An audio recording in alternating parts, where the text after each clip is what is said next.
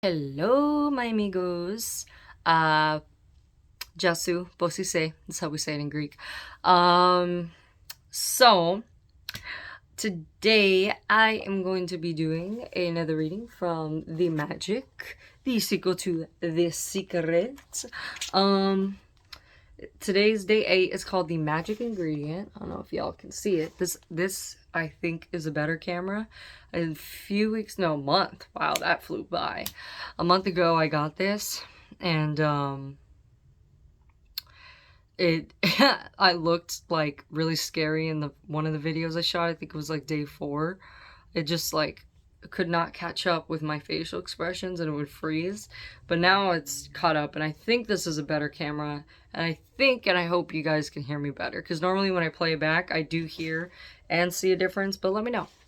Alright, so day 8, the magic ingredient. W.J. Cameron. A thankful heart hath a continual feast. Giving thanks for food before you eat is a tradition that has been followed for thousands of years, dating back to the ancient Egyptians. With the first pace of life in the 21st century, taking the time to give thanks for a meal has more often than not been left behind. By using this simple act of eating and drinking as an opportunity to be grateful will increase the magic in your life exponentially. If you think about a time when you were really hungry, you will remember that you could not think or function normally. Your body felt weak, you might have started to tremble, your mind became confused, and your feelings plummeted. All of this can happen after not eating for just a few hours. That's very true. Actually, yeah, I normally on my days off, I won't eat until 4 or 5. So I'll go like 4 or 5 hours without food and then I just feel so nauseous and dizzy. But I did do a 3-day water fast like over a year ago, little over a year ago. And I lost 10 pounds, but I was blacking out like around every night. Like every night I would just, even though I was drinking water, it was terrible. That didn't, it, I mean, I know Jesus did it for like 40 days. You can definitely get through it. But, and I will say that with those 3 days without food made me really, really appreciate it and made me realize that I can definitely control what goes in my mouth. Okay. Feel good, and so there's a great deal to be grateful for about food. To feel even more gratitude for food, take a moment and think about all the people who contributed to you having food to eat. For you to eat fresh fruit and vegetables, the growers had to plant and nurture the fruit and vegetables. Then there are the pickers, the packers, and the distributors, and the transportation people who drive enormous distances. Sorry, my cat. Day and night, all of them working together in perfect harmony to ensure that every fruit and vegetable is delivered fresh to you and is available all year round. Think about the meat growers, the fishermen, the dairy farmers, the coffee, the tea growers, and all the packaged food companies who work tirelessly to produce the food we eat. The world's food production is a breathtaking orchestration that takes place every day, and it's unfathomable that it all works when you think about the number of people involved in maintaining the world's food and drink supplies to stores, restaurants, supermarkets, cafes, airplanes, schools, hospitals, and every home on the planet. It is. I mean, it really is. I work in a restaurant. Let's just say it's all barbecue, and like our company just spent a few extra $1 million for baby back ribs. I think like what makes me like, I will say on a side note, like so irritated is like there are people who are so picky, like it's too burnt or it's not well made enough and they only eat a few bites and then we gotta go throw out that rib, and it's like this big and it's like, an animal died for you, died for nothing because you didn't even eat it. I mean, it's already dead. It's just so ungrateful to just throw it away, So actually I know somebody, a friend of mine, who always prays before he eats. And I'm becoming better at this. I had stopped for a while. He's actually inspired me to start praying again over food and over drinking. Sometimes I do forget and I'm like, oh, dang. But this is something I'm working on too. But let me guys know if you normally pray before you eat a meal. What I do is I'll say, thank you, God, for this meal. Thank you for another day of life. Thank you for my family. Thank you for my cat. that brings me so much joy, my car, that takes me everywhere. Thank you for my health. Thank you for my job and the income that I have, like all the basic things. And then I'll go, and please let this food nourish me perfectly, digest perfectly, and allow my metabolism to get higher. Now, that one's a work in progress, but that is the prayer that I normally say before a meal. And let me know if you guys say a specific prayer down below. I would like to know if you want to.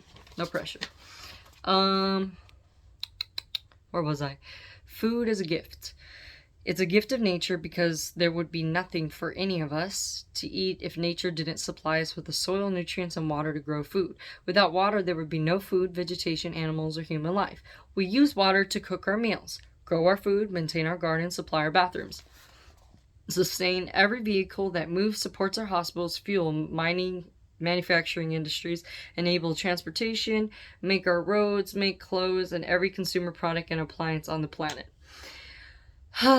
Lauren Easley. If there's a magic on this planet, it's contained in water. Where would we be without food and water? We simply wouldn't be here. None of our family or friends would be here either.